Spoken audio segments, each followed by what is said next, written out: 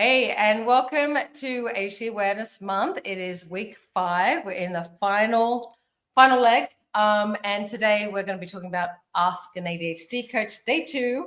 We're just going to do a little bit of a recap, I think, of the last month before we get into it. But we've got, obviously, up here, Stephanie, founder of Ascend ADHD and Empower, and Yvonne Duggan as well, one of our coaches here. And Tim, and I'm the business and partnerships head of sales and engagements and partnerships. Absolutely. Very long title, but yeah, it's been a really busy month. And we're just going to do a little bit of a recap, I think, of the last month before we get into it. But we might Stephanie, Power, and Yvonne Duggan as well, one of our coaches.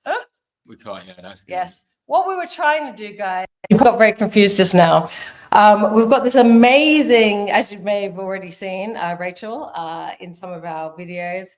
She's fabulous at getting everything to work and streamline, getting this stream out into Empower ADHD LinkedIn, us doing this through Ascend. But sometimes these things don't work out. So that's what you were hearing. You were kind of hearing us being restreamed via Empower ADHD. It didn't work, so we've unfortunately had to shut that down. So you're just stuck with us on Ascend. But anyway, we're going to get started on today, which is Ask an ADHD Coach. And it's mostly based on the workplace, but we got a few questions from yesterday that we didn't cover. So I think Tim's going to ask a few of those leftover ones. So Yvonne and I will be answering some of these questions. Let's go, Tim. Absolutely. Hello, Yvonne. And let's start with the first one. This is one from TikTok. Why can't I sleep because of racing thoughts at night? Okay, so and this is, this affects so many people with ADHD, and there are many, many reasons. That default mode network that we have, that is neurotypical brains have an on-off switch. Ours just tends to keep firing away, and we'll keep firing thoughts. And particularly at times where there's things in our mind or stress. But it's also, we're very sensitive. We ADHDers tend to have a slightly different circadian rhythm. And that really influences our sleep. So there are neurological reasons behind it. Which are around kind of circadian rhythm and default mode network, but actually dealing with it is the challenge. And there are many ways to deal with it. And very often, people focus on their time before bed. And really, actually, we need to look at phase 1 of our day. And phase 1 is actually the morning time of really starting to work with the circadian rhythm. So doing things like getting light, looking at our caffeine, getting exercise. We're booting up our system, to adequately for during the day. Looking at, caffeine is a big one, and some people love it, some people can't tolerate it, but when you take it can be really important. Obviously the cutoff time we're aware of, but even when during the morning that we take caffeine will have an influence later on the day. So it's about breaking the day down. And looking at that morning time, looking at the afternoon time. Are you having caffeine too late? Have you had exercise? What is going on within that day? And then the evening, what's happening with our brain is going just on full power.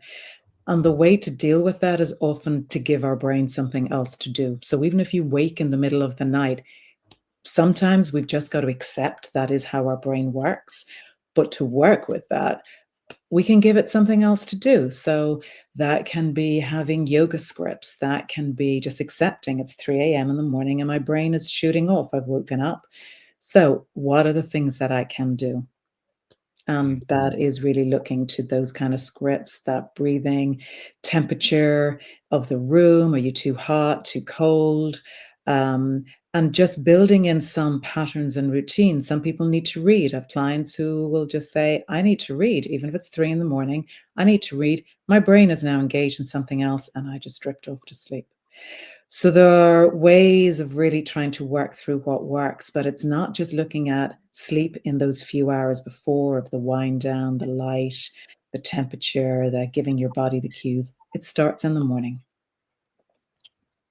Have you got anything to add to that? What Yvonne was, I mean, the racing thoughts, obviously, yeah, they're there throughout the day. Having ADHD, having that really hungry brain stuff for stimulation, the thoughts are always there. But, you know, from what I've seen, yeah, obviously at nighttime, like Yvonne was saying, you know, it's night, you're meant to sleep, it's quiet. There's now no longer that kind of external kind of input coming in.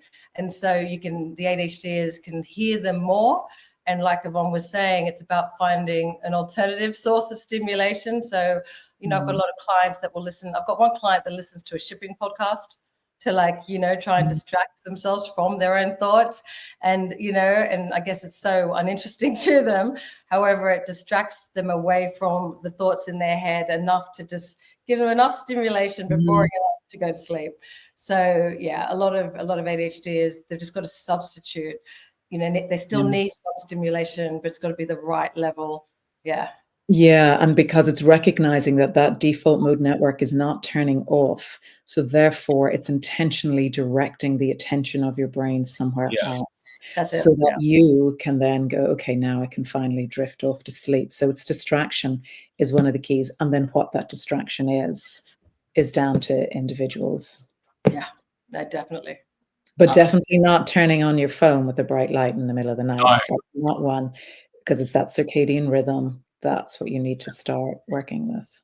Yeah, and that's too stimulating, isn't Yeah. it? You know, the phone. Well, it's the light. It's just the messages are all wrong. It's now giving the brain the message, oh, we've got to wake up. So we want to keep that melatonin there. We want to get rid of that serotonin. You know, you just don't want to be giving, you know, the brain the wrong messages. So yeah. It's a real problem for many ADHDs, this one. Yeah, it's a key feature. It's a key feature because it's just, it's those thoughts. They just keep coming, and some are really useful. I've had clients who solve the best problems in their sleep. Not quite in their sleep, it's a lighter sleep, and they solve the best things because they have the space to work it through. But if you've got something on your mind, it can be challenging, you know, not to get into that rumination zone with it. Yeah, I think a lot of people will be able to relate to that. A lot of people have that problem with sleeping, that when you're just trying to just get to rest and then they just won't stop. So it's very useful to have that advice, I'm sure, for a lot of people.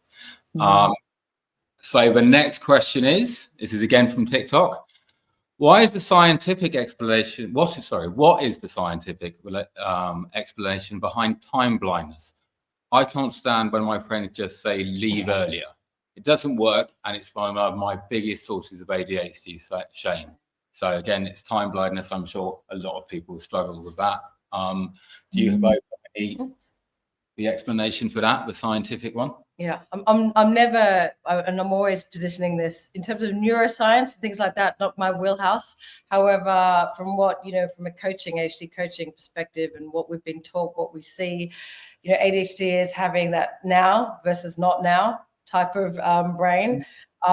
You know, we just don't really see, a lot of us are very much, you know, don't see the kind of future, or we're stuck in the past. I've had a lot of clients that ruminate, you know, there's a certain situation occurs that triggers a memory, and then they're completely stuck in the past, for instance. There's so many distractions that, you know, make it really difficult for ADHDers to kind of feel time passing.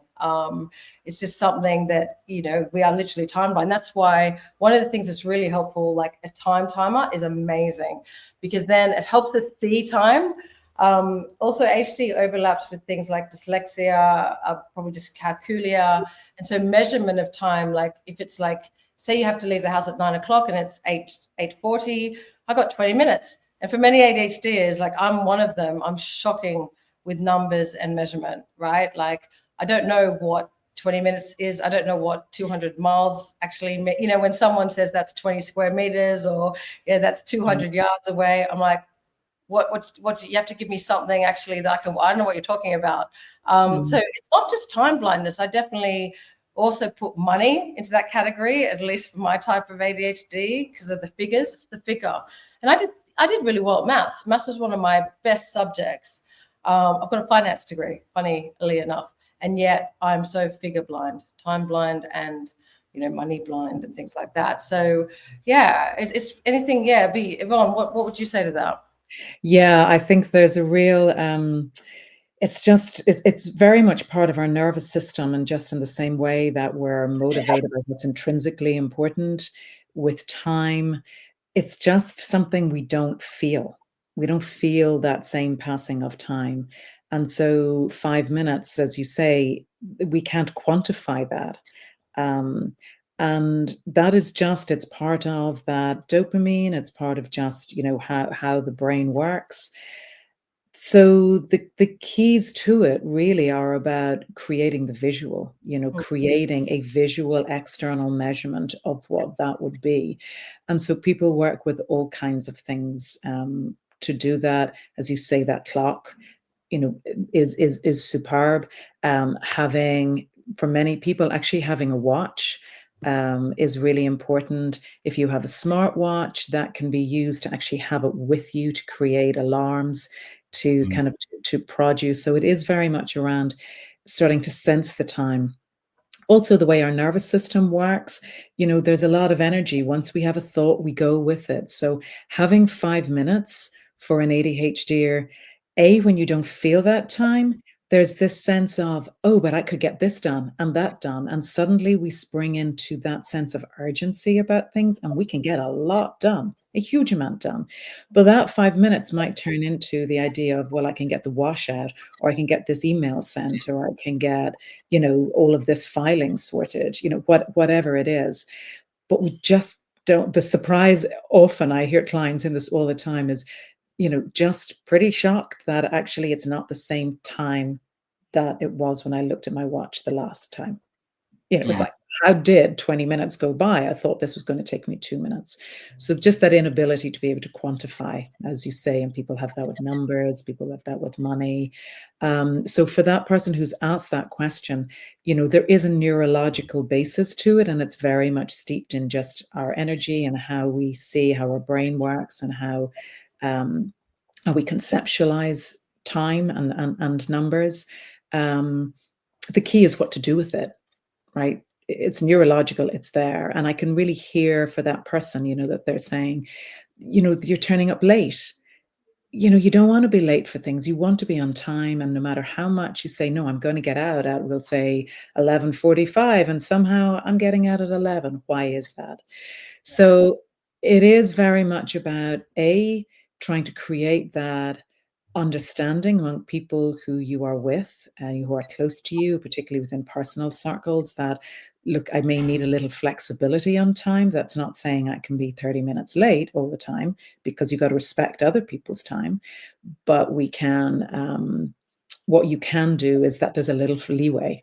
You can expect me to be 5 minutes or 10 minutes. And is that okay with you? Then to make sure that there are work occasions where you can't be late. You just can't. And very often people don't have as much problems with those, because there's Stakes higher. Yeah. Stakes the higher. it's much higher. So very often people with work are never late. Yeah, because of the stakes. It's social. Yeah, definitely. When there's choice, what I've seen, when we have choice, we tend to self-sabotage. We make the wrong choices, but remove the choice in terms of, you know, the stakes. Either you miss out on something, or the consequence is something that's going to be quite brutal, significant. You know, we tend to get out of our own way easier in that respect. Like there's less choice, less wiggle room. But it's like you said, it's so important to position, to accept that this is a challenge, to position to people so that they don't get the wrong idea, that they understand it's not because you don't want to be there, that it's, you know, it's a matter of can't versus want. This is really difficult, you know, for me. And, you know, even leading into interdependence, and maybe, can you make sure, maybe come and drag me out of the house? Like, I mean, I've had to say to people, I'm pretty bad on this, the time blindness. And I understand what she means by source of shame, because it's not my intention at all to offend anyone or cause inconvenience to anyone. That's horrifying, you know, to like feel that we were the ones that caused any kind of inconvenience to, or offended someone, right?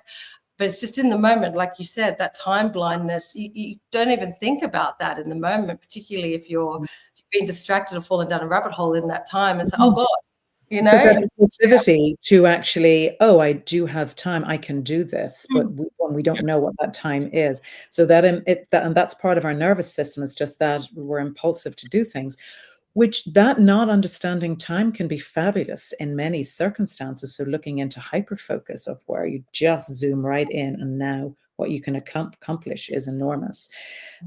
I think, the strategies that I work with clients on is really starting to see your day. Because what very often happens is that people start in the morning and they're kind of drifting through the day. They have a sense of, oh, I think I have an 11 o'clock and I've got a 2 o'clock and I've got, whatever, the dental appointment, of these, but they're kind of conceptual in their head. So as you say, it's that interdependence, getting it external. So really in the morning of building in some kind of practice to have a visual of what your day looks like. Then structuring, okay, so what is it I'm going to need? So being intentional. What am I going to need to make sure I get out of the office, house, wherever it is, by 10:30, because I need to be there at 11? What do I need to do? So work backwards. Don't wait till 10:30.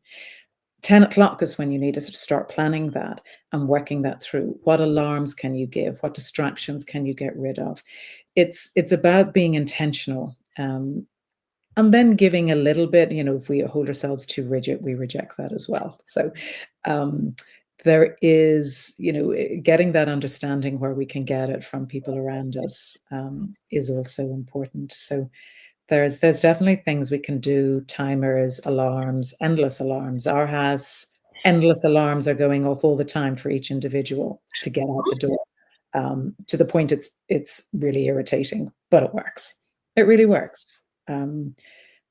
That's, I think that do be the kind of things. It's, don't wait till the time to start figuring out, how do I get out of here on time? That's got to be a view early in the day, what's going on, and then how do you set yourself up to make that happen?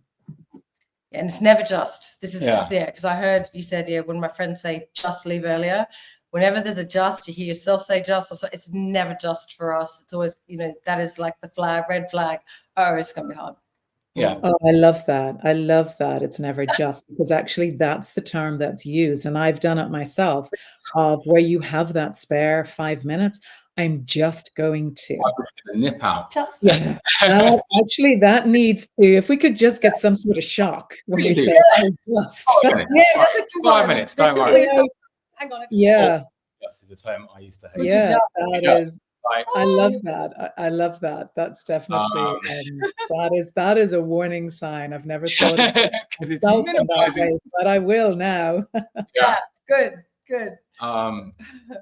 I think the alarms is always a great idea. I always set constant light, and try and make it half an hour before. Oh yeah. Just before something, not. It's the prep. Yeah, it's the prep. Yeah. You got to prep to be where you need to be well in advance of where you need to be there. Yeah. And I always try just getting clothes ready or something like that can be, I think, quite useful. Just you're not in the morning deciding I'm going to wear this or something's not ready. And have a massive meltdown because of the virus steam. You think you're going to look crap, and then the whole day. Yeah. Yeah, there is so much. Well, it's also removing decisions, right? Yeah. So removing as many of the decisions as you can from that time. And that's very much, with coaching, that is what we do, is we actually work that through, work backwards, and see where somebody is actually getting tripped up. And you're right, it can be down to making decisions at that time. What will I wear, or how will I get there, or who's coming, or what else do I need to do on the way? That's a lethal one. I'll just drop this off. Suddenly I've got to make a decision, or maybe I should just do that on the way. And that can be a disaster. And the next question we have: are there any supplements that you have found that help ADHD symptoms? Well, I have worked with a fabulous person who is it's kind of a new area, which is physiological neuroimmunology, right? There is a mouthful. And the conversations I've had with him, and I've done this and I've found it really great. Obviously, everybody has got to work with their own GP and work with, based on what's going on for themselves. But there certainly are ones that are really, we know are good. Magnesium, there's different types of magnesium. So there's magnesium that's good for sleep, magnesium that's good for kind of just calmness, calming the nervous system. We know that vitamin Bs, particularly for women, so B complexes are superb. Vitamin D, these are the kind of combinations of supplements that are excellent. There's a whole host. There's so much more research going on around this area, but they will certainly be ones that there's been a lot of work on, that we know are really good in terms of nervous system, because ADHD is not just about distraction. It's not just about impulsivity. We now know, or emotional regulation, enormous part. It's a whole system. It's a nervous system. So getting cortisol levels down is so important, and we run on them. We run on this steam of cortisol all the time, and adrenaline, right? And so we're in that sympathetic nervous system. We want to be over in the parasympathetic, and that's what the likes of, some of those supplements really help to settle inflammation within our system. There's loads of work around turmeric and how really great that is at just because it can be around inflammation as well, because when you're in that heightened state, that's kind of what your body is doing. So there's a lot of work being done in that area. There's a lot of knowledge now in that area that's now being applied to the likes of ADHD, and it's definitely something to start reading about and exploring, because it most definitely can help. But we don't give, just to say, I suppose, just to reiterate that it's individual for everybody. So I'm not telling everybody to go off and get on magnesium. You need to do that and know your own things that are going on and discuss that with a GP or a nutritionist. Yeah, because another one I think you might hear recommendations for on social media, etc. If you take this or that, it's going to help you with ADHD, and always, as you say, be very careful. Yeah, there's very little research, to be honest, on ADHD specifically with supplements. There is little research, but we do know that the research that has been done, we do know that in general population, magnesium is good for the, for calming and for nervous system. There's certain things we do know. Specifically for ADHD, there's less work done on that, but it's improving. And it's definitely anything that is helping. And it's not just supplements, it's anything that's helping that parasympathetic nervous system. So moving out of that fight flight, which is the sympathetic system, getting it across. That is what's actually going to have a huge influence on hormones, on what's going on, what's flowing around in our body. And that impacts our impulsivity, that impacts our executive function. So supplements, yeah, but you also need to look to other things to, I guess, reduce that state, or the amount of time spent in that state of sympathetic nervous system. Okay. Well, that's fascinating to know. Probably time for one more question. One more question. We have a few to get through, but let's make this We'll make this quick. Let's go work specific, and let's go with, when you're going for a job interview, should you disclose your ADHD diagnosis? Now, this is probably a very important one for people. Yeah. What would you say, Ron? I mean, it's a situation, and different industries are doing different. In general, it's a very personal decision to decide to or not. You really have to have, at the base of any disclosure for anything, is psychological safety. Yeah. And so how much do you trust the people that you are giving this information to, that they have the understanding of what ADHD is, that they will not even have an unconscious bias towards it. And so they may say, talk the talk, but unconsciously they can have bias and think, well, you're going to be late, you're going to be disorganized, you're not going to be able to do this stuff, how can you do great things? Right. And there's that disconnect. So I personally, and in the people that I have coached, I'd be careful. I'd be very careful. You need to know you have psychological safety there.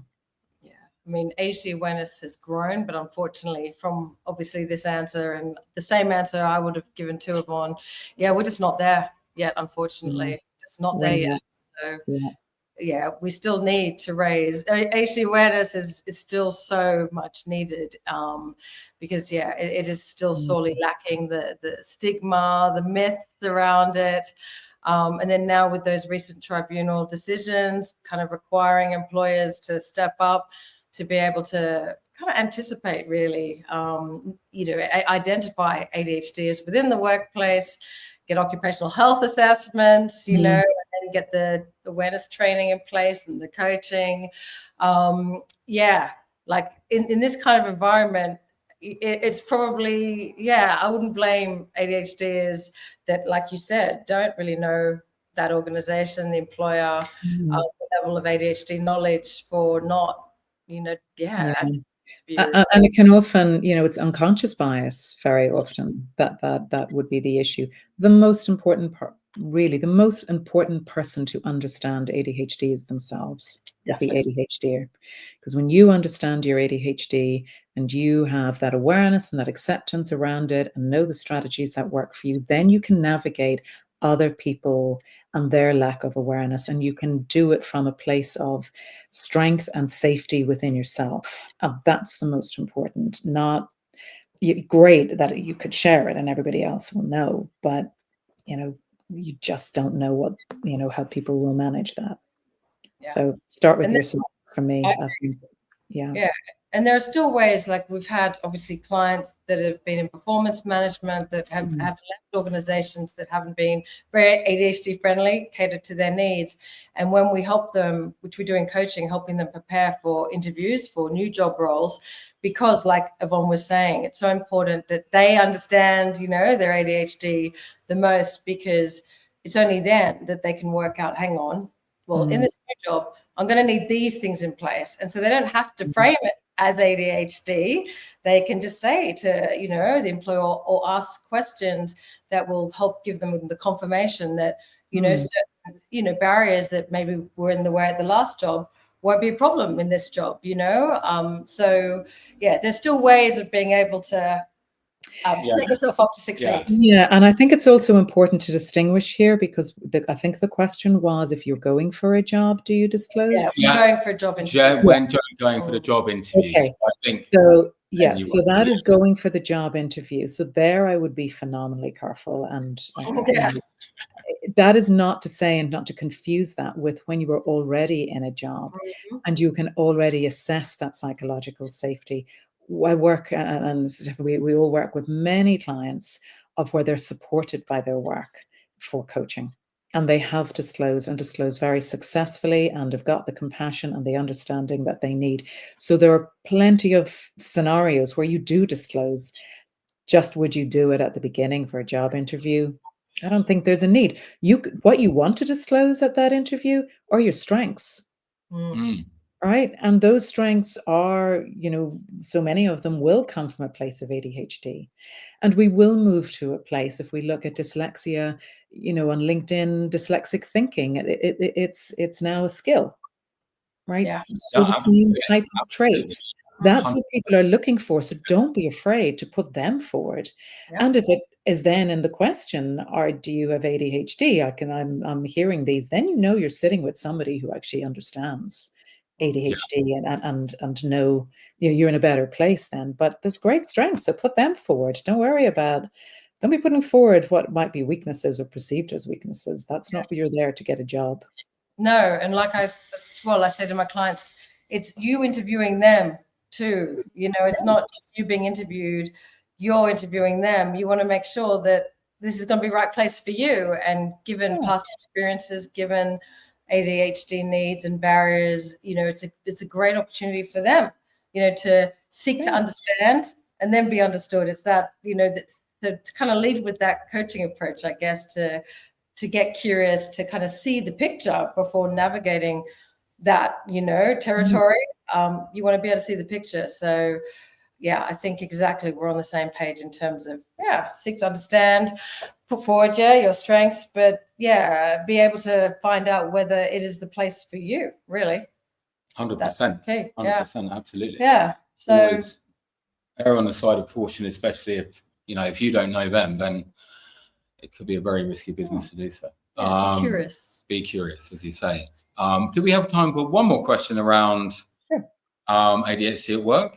Yeah. One which I'm sure a lot of people who have ADHD and are interested in how coaching would help them at work. So what are the ADHD coaching methods would you advise for people who are struggling with workplace burnout? Burnouts, yeah. So are ADHD coaching methods effective in tackling burnout? Yeah.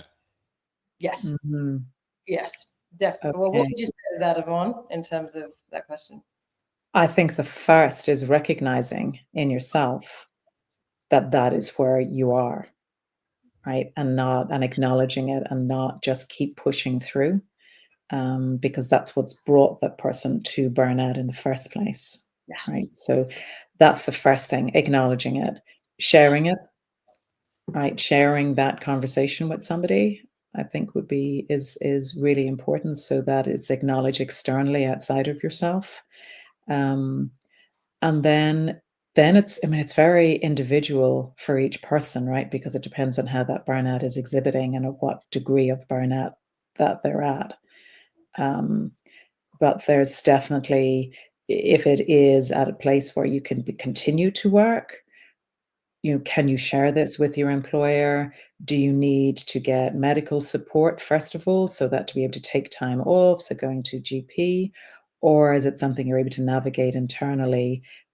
Is there flexibility with working from home? What are the things you need to try to alleviate this so that you can continue working? And so understanding what they are, and again, going back, as you said, stuff around interdependence and externalizing, write it down, get it out, what it is that you feel you need.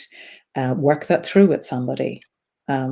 For what are the things, and then identify who can you discuss that internally within the organization, of where you will get that support. And then it's sometimes coaching is required to help identify those things, right, of what they are. Really, the holy grail is avoiding the burnout, because that's, is understanding your needs, your boundaries, how to stop saying yes. It's okay to say, to saying no is saying yes to you. You don't have to say yes to everybody. How to do that, how to navigate that. And this is the coaching methods. Yeah. What Yvonne has just described there, they are the ADHD coaching methods. That is what we do with individuals in the workplace that either at risk of burnout, or they're between their phases, or they're still in the burnout. It's, again, getting them to pause, power of the pause, which Adka teaches us, to pause, to process what's actually going on, like you said, because a lot of ADHD is just push. We just push through. We're always fine. You ask an ADHD, like a lot of my clients that do suffer from burnout, when you ask them how they are, invariably you get, yeah, fine, everything's fine, because that's what we tell ourselves to keep going, because we don't pause, because we pause to process how we really feel and how overwhelmed we are. The fear is, well, if I admit this, then I've got to face it. But it's so much of it is I'm fine, and they're answering from up here.